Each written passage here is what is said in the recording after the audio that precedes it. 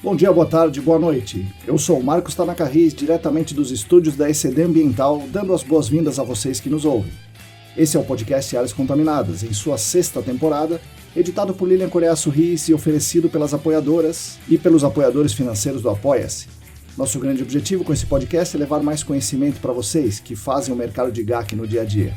Esse conhecimento vem na forma de conceitos técnicos e também na possibilidade de reconhecermos melhor as pessoas que constroem o nosso GAC. Como diz o poeta, quem resiste e insiste no fronte quer ver um novo horizonte se levantar. Nós, junto com vocês, lado a lado com vocês, insistiremos em resistir por muito tempo. Venha conosco lutar para que um novo horizonte se levante para todo mundo. Está no ar o podcast Áreas Contaminadas.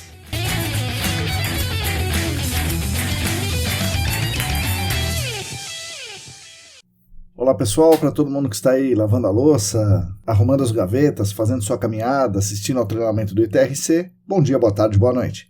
Eu sou o Marcos Tanaka-Riz, esse é o episódio número 233 do podcast Áreas Contaminadas, em sua 6ª temporada. Percebi nos últimos tempos que muita gente que nos ouve agora começou no GAC depois de 2020, portanto essas pessoas entraram no GAC já com um podcast na área, e justamente esse nosso podcast aqui. E é o mais curioso para mim que essas pessoas me conheceram primeiro do podcast e depois vieram a saber que eu era professor e era profissional da área. Então esse é um negócio bastante diferente, é interessante. Bom, mas enfim, é a 6ª temporada do podcast e ainda estamos aqui, felizes, tentando ser relevantes e colaborar com o mercado do GAC, trazendo material todas as semanas para vocês, aqui no podcast, também no Telegram, na newsletter e no screening de notícias. Tentamos misturar material técnico, conceitos, referências, normas, que é o caso desse episódio aqui. Também tentamos ser o espaço para discussão e reflexão, propondo temas diferentes, e também ser o espaço para nos conhecermos melhor, trazendo aqui pessoas que realmente fazem o GAC acontecer para que elas contem as suas histórias. E o episódio de hoje será mais um daqueles um pouco mais curtos, técnicos, direto ao ponto, onde eu falarei minhas opiniões sobre algum assunto específico. Esses episódios são bons, na minha opinião, porque trazem assuntos que nem todo mundo tem acesso, porque nem todo mundo pode estar no centro das discussões técnicas, e eles são especialmente pensados para quem não consegue, por causa das demandas incessantes do dia a dia, se manter atualizados em tudo o que acontece, que é a maioria de vocês que nos ouve, trabalhadores e trabalhadoras do GAC. O podcast é editado por Lilian Coreaço Riz e é oferecido pelas queridas colaboradoras e pelos queridos colaboradores financeiros do Apoia-se. Esse apoio financeiro nos ajuda muito, primeiro pela questão propriamente financeira, mas principalmente porque é uma demonstração muito interessante de carinho e consideração com a gente. Essas pessoas, nos ajudam a manter os conteúdos disponíveis, acessíveis e gratuitos para todo mundo, sem nenhuma recompensa adicional. E com isso, essas pessoas dão um recado que reconhece a relevância desse podcast aqui, implicitamente nos dizem, continuem. Então, em nome de toda a família ECD, muito obrigado a vocês, com certeza continuaremos por um bom tempo. Quem também quiser e quem também puder, por favor, se junte ao nosso grupo de atualmente 46 apoiadores e apoiadoras e contribua financeiramente conosco. É simples, basta entrar no site apoia.se/ECDambiental, tem tudo muito bem explicadinho por lá.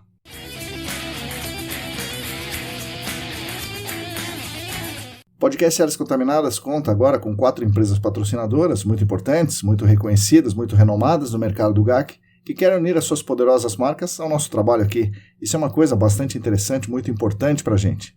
O patrocínio master é da Clean, a Clean Environment Brasil, que acabou de completar 30 anos. A Clean comercializa produtos e tecnologias para investigação e para remediação de áreas contaminadas. Acesse o site da Clean, www.clean.com.br. Os patrocinadores ouro são o Laboratório Consult, a Vapor Solutions e a Columbia Technologies. Agradecemos demais essas 4 empresas que nos ajudam muito financeiramente e também nos dizem continuem. Com certeza continuaremos.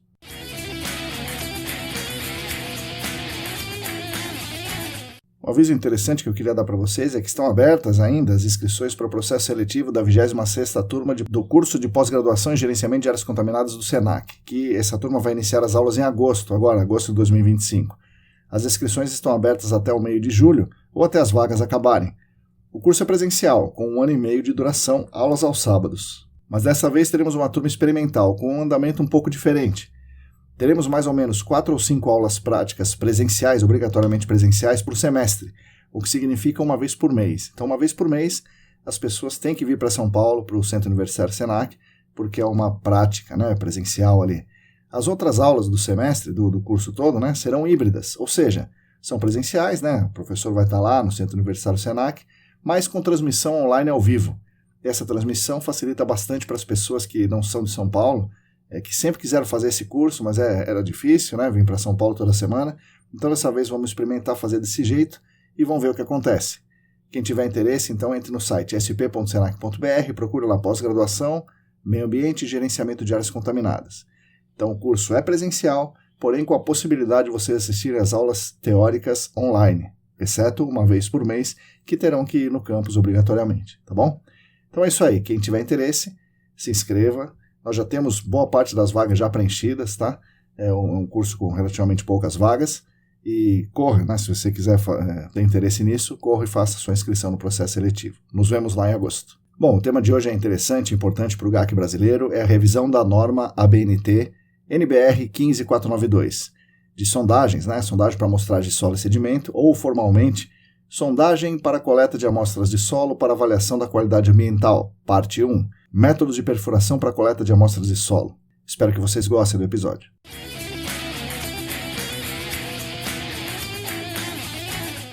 Bom, primeiro vou falar sobre a ABNT, né, Associação Brasileira de Normas Técnicas, como todo mundo deve saber. Dentro da ABNT foi criada a Comissão Especial CEE 068, chamada de Comissão para Avaliação da Qualidade do Solo e Água para Levantamento de Passivos Ambientais e Análise de Risco à Saúde Humana.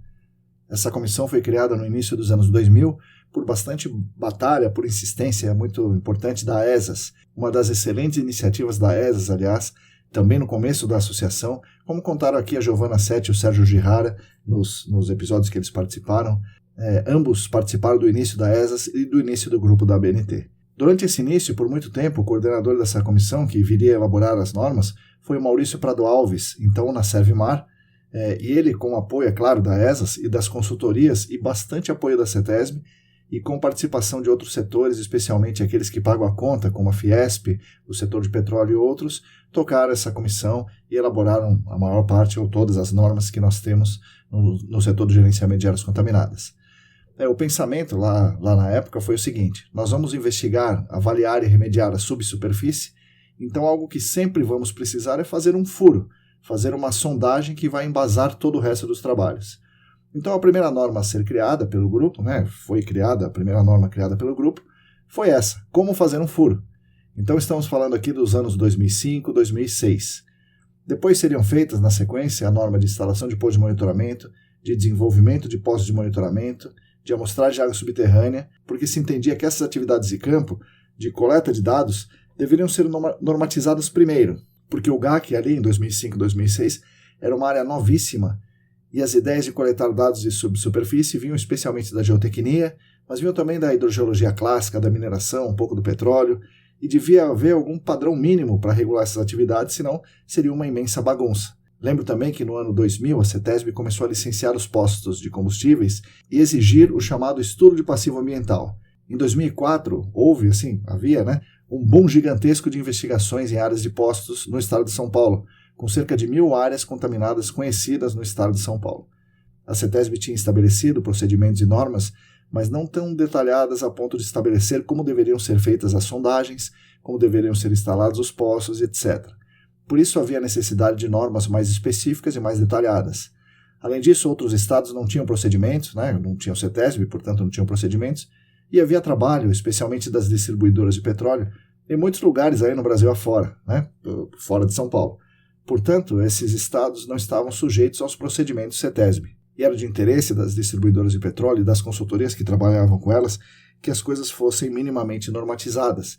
Senão, cada um fazia de um jeito, e aí o concorrente da distribuidora, o postinho da esquina, fazia mal feito, sem regra nenhuma, e custava barato. E aí a distribuidora de petróleo saía perdendo. Ela seguiria os padrões CETESB e o trabalho para eles ficaria mais caro, assim como as consultorias. Então todo esse mercado tinha interesse em que houvesse normas, houvessem regras. Obviamente o interesse não era só econômico, tem um interesse também ambiental de que as coisas sejam feitas corretamente. Quero lembrar também que naquele tempo o mercado achava que investigar era instalar postos de monitoramento, e que instalar postos era basicamente fazer um furo, ver onde estava o nível de água e colocar os tubos para instalar um poço não afogado, ou seja, com o nível de água interceptando a seção filtrante dele. E esse poço também não devia secar nunca, então a seção filtrante dele deveria ter pelo menos 3 metros. Naquele tempo muita gente advogava que deveria ser 5 metros, para garantir que o poço não ia secar nunca. Algumas poucas pessoas da CETESB, como o Rodrigo e o Vicente, por exemplo, tinham ideias um pouco diferentes, mais parecidas com o que nós pensamos hoje. Basicamente que nós devemos conhecer o meio antes de instalar os poços. Mas o dia a dia do mercado acabou soterrando essas ideias divergentes e começou a fazer do jeito que todo mundo conhece, né? Furo, achou a água, 3 metros de seção filtrante, 2 metros abaixo, 1 metro acima. Os poções, os famosos poções, que perduram até hoje. Bom, também dava para contar nos dedos quantas sondas capazes de perfurar com trados ocos helicoidais, os Hollow-Stain Augers, né, existiam no Brasil lá em 2006. Certamente eram menos de 10 empresas, estando mais perto de 5 do que de 10, o que levava o mercado a achar e a praticar que esse furo para colocar os tubos, chamados de pós de monitoramento, poderiam ser feitos de qualquer forma e preferencialmente com o jeito mais barato que se tinha e que se tem até hoje, que é o trado manual. Então, fazer o furo com trado manual, jogar os tubos para dentro. Então essa era a prática do mercado e a gente estava pensando em normatizar um pouco essa questão aí, essa prática.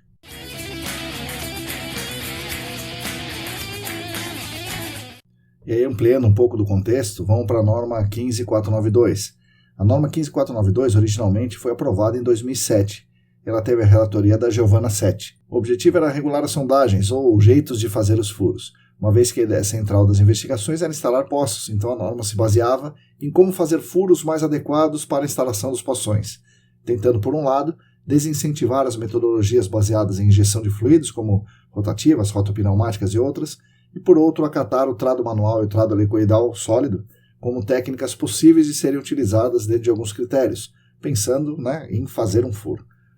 Depois dessa norma vieram a 15495, partes 1 e 2, fortemente baseadas nas normas da STM. Essas duas normas foram relatadas pelo Vicente, com a ajuda do pessoal da sondagem mais atuante à época, como o pessoal da Ingessolos, da American Drilling e de fabricantes de insumos. Eu já falei sobre essa norma no episódio 71, falarei melhor sobre a revisão dela no episódio futuro, mas é importante dizer que um princípio basilar da norma de instalação de poço, a 15495.1, era que deveria ser feito um projeto do poço antes de instalar o poço.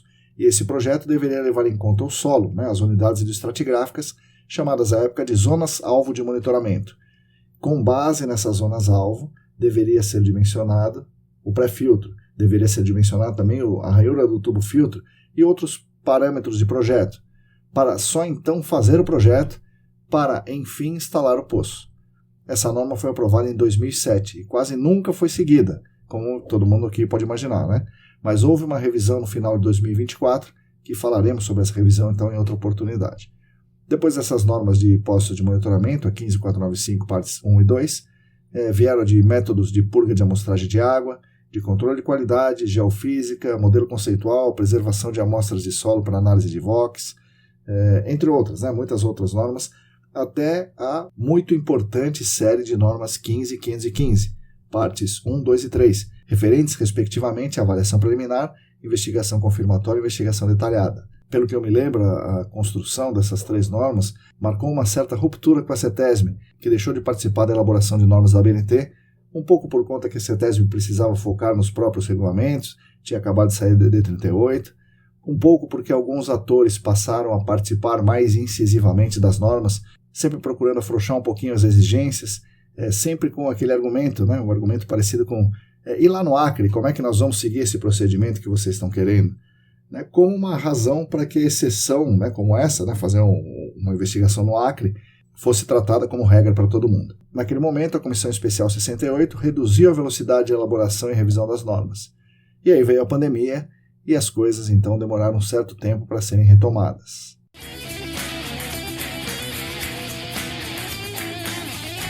No início de 2021, recebi um convite do meu amigo Newton Miyashiro para ser o relator da revisão dessa norma, 15492.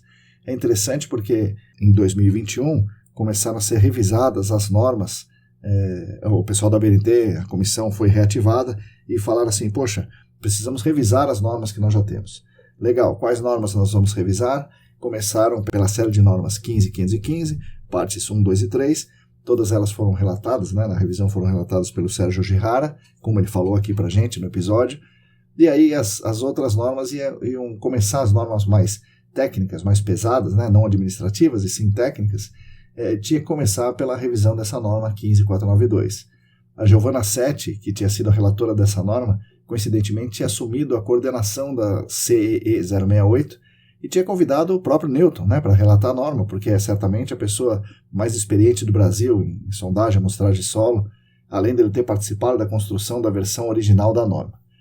O Newton ponderou que tinha falta de tempo para fazer isso, né, não tinha muito tempo. Além disso, deveria ser alguém neutro ou sem interesse direto na atividade regulada pela norma.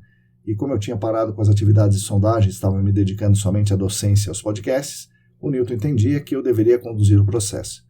Fiquei bastante lisonjeado, né, com a indicação de um profissional da envergadura do Newton, né, indicar como relator, e além da minha amizade com ele, que me impeliu aí, né, me empurrou para aceitar esse desafio. Não sei se eu fiz certo, mas eu aceitei esse desafio porque, poxa, o Newton está me indicando, eu não posso dizer não, né? Como eu não entendia de regra da ABNT, eu sofri bastante no início, mas logo muita gente boa se juntou para fazer isso, né, ajudar a construir essa norma. Algumas, como o próprio Newton e a própria Giovana, que ajudaram também, mais o Guilherme Bechara, os três tinham e têm bastante experiência em normas da ABNT, e também a nós, nesse grupo técnico, nesse GT que a gente criou, né, no meio aí de 2021, se juntaram outras pessoas com mais experiência na aplicação, né, e muita vontade de fazer essa coisa acontecer, de fazer as coisas melhorarem. Dentre as quais eu vou destacar um pessoal que participou bastante e ajudou muito nas discussões. Tinha mais gente no grupo, mas essas pessoas que eu vou falar construíram bastante da norma, né, trabalharam bastante aí no início da norma, né, na preparação do texto para ser encaminhado para a plenária. O Alain Humberto, né, nosso amigo Alain Humberto, a Cristiane Freitas da Tecpan, a Daniela Castanheira, o Sandro Lima do IBRAM, né, do órgão ambiental lá do Distrito Federal, a Ariane, que então estava no INEA, o José Gustavo Maceiro da Naio Sondas, a Vanessa de Paula, que estava numa consultoria, ainda continua em consultoria, e enfim, a gente construiu ali um texto juntos. Nós começamos, eu e o Newton, esboçando um texto, né, pensando que essa norma, essa revisão deveria ser bastante diferente da norma original, uma vez que a gente pretendia adequar a norma ao entendimento mais recente do GAC, que uma sondagem não é simplesmente fazer um furo. Isso daí não cabe mais, né, no GAC de hoje. Fazer um furo para outra coisa, como instalar o poço, e durante essa perfuração a gente tenta coletar algum dado. Né? Não deve ser assim. Mas essa sondagem é importante, essa sondagem é muito importante, e dela devem ser extraídos dados representativos do meio, dados representativos da contaminação e dados representativos da interação entre meio e a substância química. Essas sondagens vão subsidiar muitas outras coisas que virão depois, entre elas o posto de monitoramento, já que a norma de posto de monitoramento vai prever que se tenha definido as unidades estratigráficas previamente à instalação do posto de monitoramento. Era isso que a gente imaginava, né? Que a revisão da norma de poço continuaria com esse princípio. E ainda que não contivesse, não importa, né? A nossa norma ali da sondagem deveria prever a coleta de amostras representativas de solo para todas as finalidades dentro do gerenciamento de áreas contaminadas. Bom, e as pessoas que se juntaram a esse GT, né, pensavam mais ou menos como eu e o Newton, entendiam da mesma forma, tinha que ter esse avanço. Claro, algumas pessoas tinham algumas ressalvas, algumas sugestões, e fomos construindo tudo isso, né, a ideia, o texto, refinando tudo dentro do grupo técnico, com várias reuniões e tal, até que finalmente em 2022 o texto estava pronto no grupo, e nós começamos a discutir esse texto na plenária aberta. E essa plenária aberta tem a participação de todo mundo da ABNT, né? Não só o grupo técnico, mas está aberta a todo mundo que quiser participar da reunião da ABNT. E aí a coisa começou a não ser tão fácil, né, quanto foi no grupo técnico, isso é normal.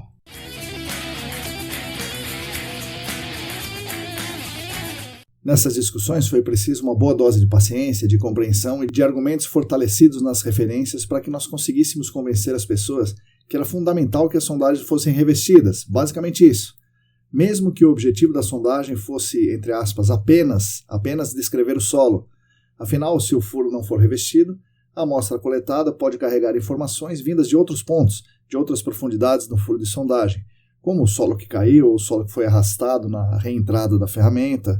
Pode ter caído água de outras unidades hidroestratigráficas, ou mesmo contaminante dissolvido, ou contaminante na forma immiscível, como o NEPL, né, caindo no furo, e você, na profundidade seguinte, na amostra seguinte, você coleta tudo isso misturado.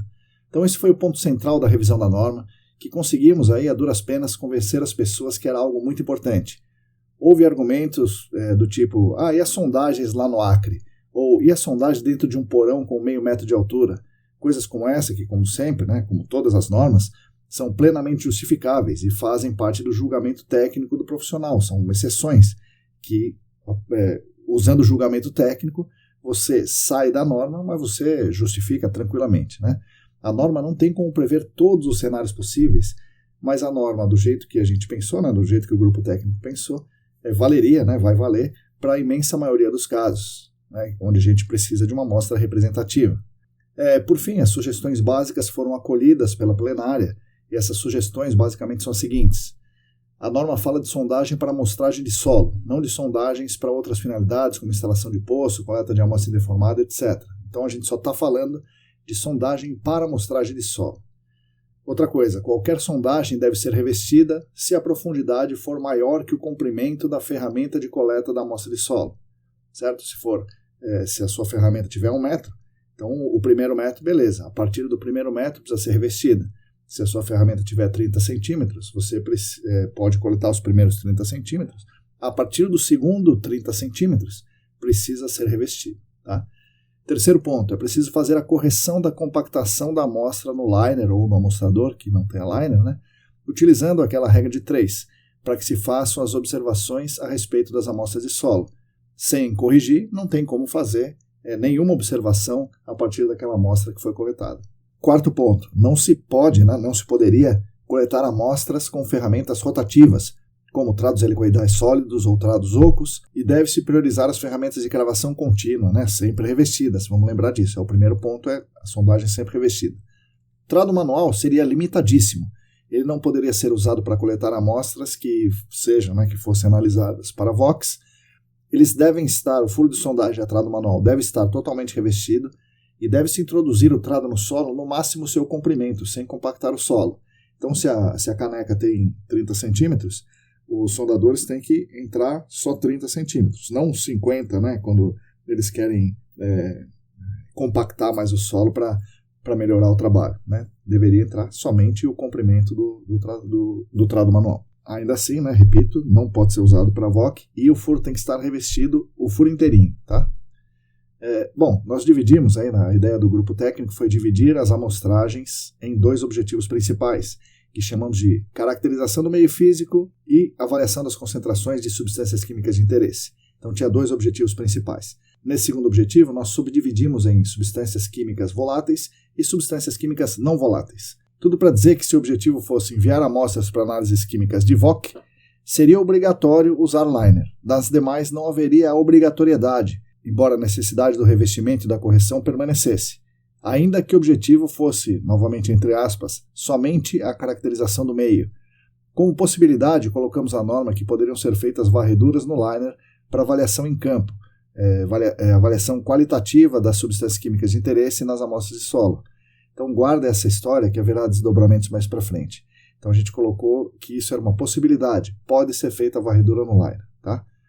Bom, como ferramentas possíveis de serem utilizadas, teríamos então as ferramentas Direct Push pelas modalidades Dual Tube, Piston Sampler e Single Tube, desde que o Single Tube fosse revestido por trados ocos.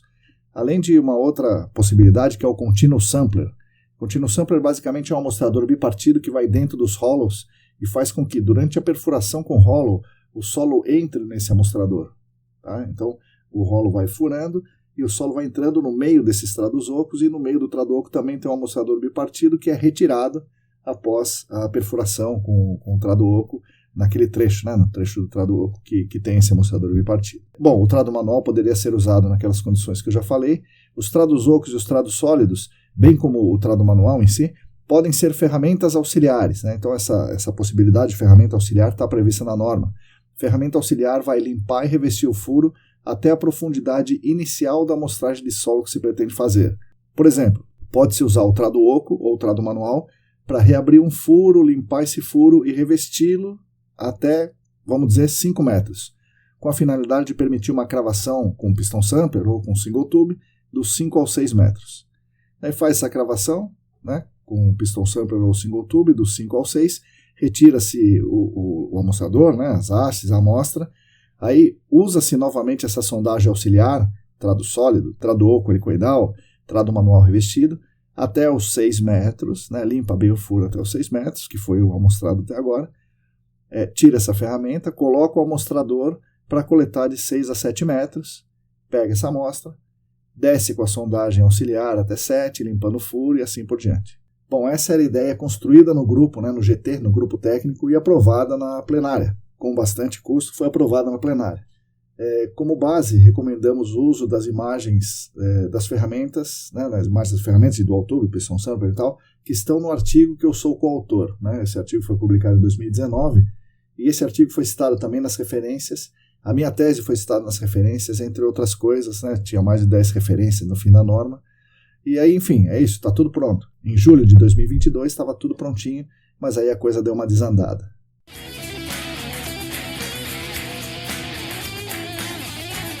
Ali entre julho e setembro de 2022 a coisa deu uma desandada, como eu falei, porque um grupo de pessoas passou a questionar assim, fortemente a norma, e as suas mudanças previstas nessa revisão que o grupo técnico elaborou e que a plenária tinha aprovado. Esse grupo, curiosamente, não era representante do cliente final. Normalmente o representante do cliente final é que questiona eventuais mudanças na norma que possa representar um aumento de custo, não um aumento aparente de custo. Mas dessa vez esse grupo era de pessoas técnicas, de uma empresa. Essas pessoas resolveram participar muito ativamente das plenárias da ABNT. Quanto a isso, acho que elas estão corretíssimas, está correto, muito correto em participar da plenária da ABNT.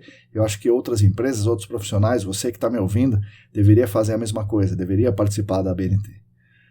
Mas enfim, o objetivo dessas pessoas era, naquele momento, basicamente, tirar da norma qualquer menção à possibilidade de se caracterizar o meio físico com amostras de solo, e também tirar da norma a possibilidade de se realizar uma varredura de substância química de interesse nas amostras de solo.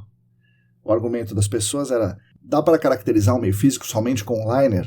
É claro que não dá, A norma era para falar a melhor forma de se coletar amostras de solo, e essas amostras seriam usadas pelos consultores para caracterizar o meio, por meio de ferramentas que o consultor quisesse usar, porque senão, o que é caracterizar o meio?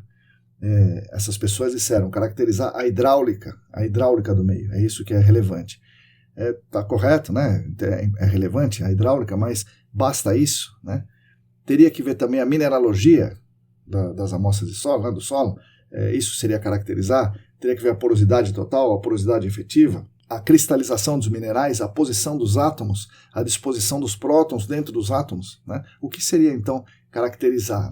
A norma não é para isso, a norma não pretende encerrar a discussão de uma caracterização do meio físico, a norma não é de caracterização do meio físico. A ideia desse grupo contrário à norma era que a caracterização do meio deve ser feita por ensaio de tempo real que meça a permeabilidade relativa do perfil ou por análise de amostras indeformadas.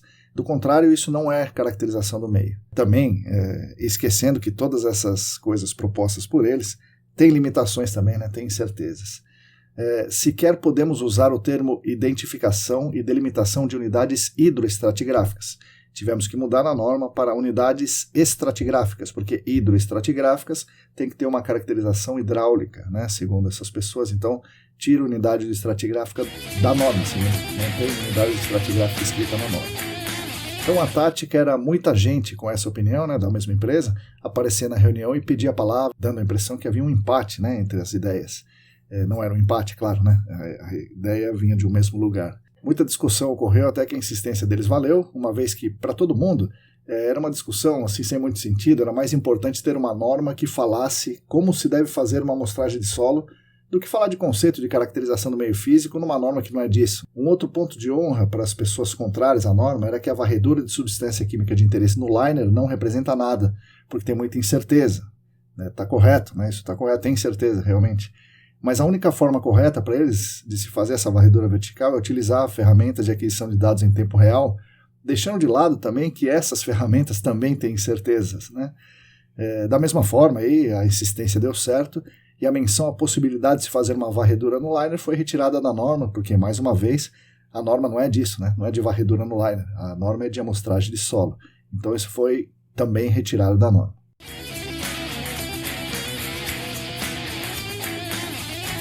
Entre agosto de 22 e dezembro de 22, eu fiz as mediações ali nas plenárias, com essas discussões, mas eu resolvi sair da relatoria da norma, primeiro porque estava ficando meio irritado, assim, meio chateado com isso, e principalmente para não atrapalhar, pois era muito claro que o problema era particularmente comigo, comigo como relator ali. E aí o Guilherme Béchar assumiu a relatoria, né, na prática, né? Na realidade, ele foi o relator a partir daí de dezembro de 2022, a partir de janeiro de 23, né? Ele era formalmente subrelator, mas ele que conduziu tudo com muito mais habilidade que eu, realmente mais paciência, mais habilidade, né? Como eu disse, ele conseguiu conduzir a norma entre janeiro de 23 e a sua aprovação na plenária recente de maio de 2025. Então, por 2 anos ele tomou conta disso, né? 2 anos e pouco. Nesse meio tempo foi solicitado e acatado pela plenária que as figuras que eu tinha sugerido, eram dos meus artigos, não fossem usadas, foram criadas novas figuras e que 2 referências fossem retiradas das referências no final da norma, né? Justamente as 2 que eu era coautor ou autor, me dando a impressão aí que essas questões eram mais pessoais do que outra coisa. Mas, enfim, o Guilherme Béchar conseguiu conduzir essa norma para um bom termo, tá? Então, em maio de 2025, essa norma foi novamente aprovada na plenária, se não me engano, com a inclusão de mais uma possibilidade, que era a sondagem sônica, né? Algo também que, tranquilo, né? Nós não consideramos, mas perfeitamente possível de ser feito.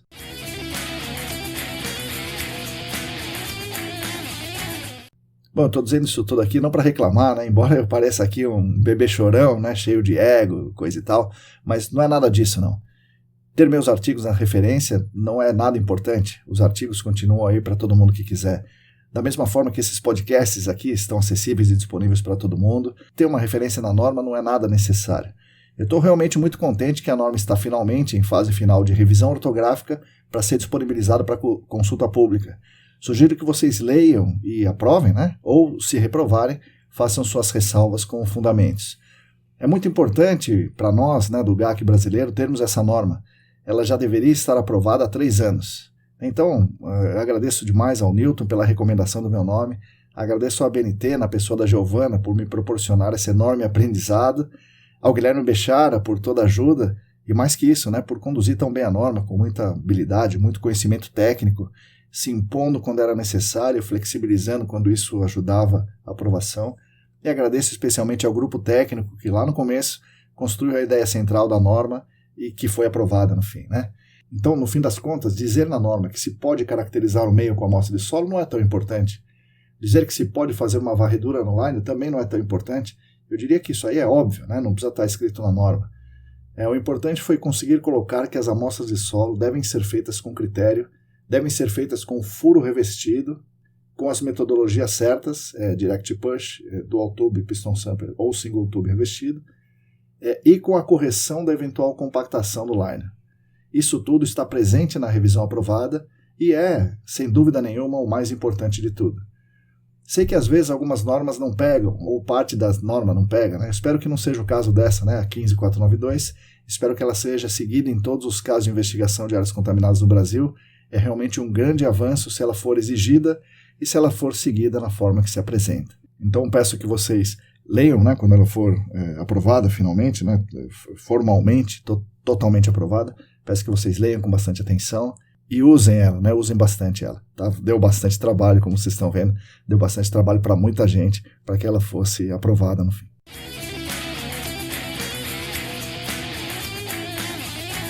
Bom, acho que essa é a ideia central da revisão da norma 15492. Leiam e se preparem para ela. No fim, dá para dizer que, embora pareça que havia um problema comigo, né, na verdade os questionamentos nos fazem crescer, nos fazem aprender mais e nos prepararmos com argumentos e fundamentos para responder, assim, com embasamento a esses questionamentos que sempre virão. Vão vir de um lado, vão vir do outro, vai vir com mais consideração, com menos consideração, com palavras mais amenas ou palavras mais duras. Mas no fim não importa muito, o que importa são as ideias avançarem, e as ideias avançaram bastante aqui nessa norma. Queria também convidar vocês a participar das reuniões da ABNT, das plenárias. A opinião das pessoas é bastante importante, a opinião de vocês é bastante importante. Participar também é um negócio importante. Primeiro, para vocês saberem o que está acontecendo, e mais que isso, para vocês poderem contribuir com o seu conhecimento, com suas leituras, experiências, para as normas nacionais aí que serão usadas no Brasil todo. Agradeço mais uma vez ao grupo técnico que batalhou pra caramba para fazer essa norma e à ABNT por proporcionar esse espaço de discussão muito rico e muito plural. Agradeço demais as nossas empresas patrocinadoras, a Clean, a Vapor Solutions, o Laboratória Consulting e a Columbia Technologies, e também aos atuais 46 apoiadores e apoiadoras financeiros do Apoia-se. E aí eu repito, quem quiser e quem puder, contribua financeiramente conosco, o site apoia.se/ECDambiental. E claro, agradeço especialmente a vocês, que são a razão de existência desses nossos canais. Vocês que fazem o GAC no dia a dia, que nos acompanham, que leem, que sugerem, enfim, que participam dessa construção coletiva assim maravilhosa que nós temos aqui. Ouçam esse nosso podcast no Spotify, no YouTube e agregadores. Ouçam o Screen de Notícias. Faz tempo que a gente não põe o Screen de Notícias no ar, mas nós vamos colocar. Inscrevam-se no nosso canal do Telegram, Áreas Contaminadas, focado em vagas de empregos. Nos siga no Instagram, @cdambiental, e assine a nossa querida newsletter. O link está na descrição desse episódio. Enfim, fiquem conectados conosco, nos ajudando a construir essa comum unidade do GAC. A todos e todas vocês, muito obrigado e até a semana que vem.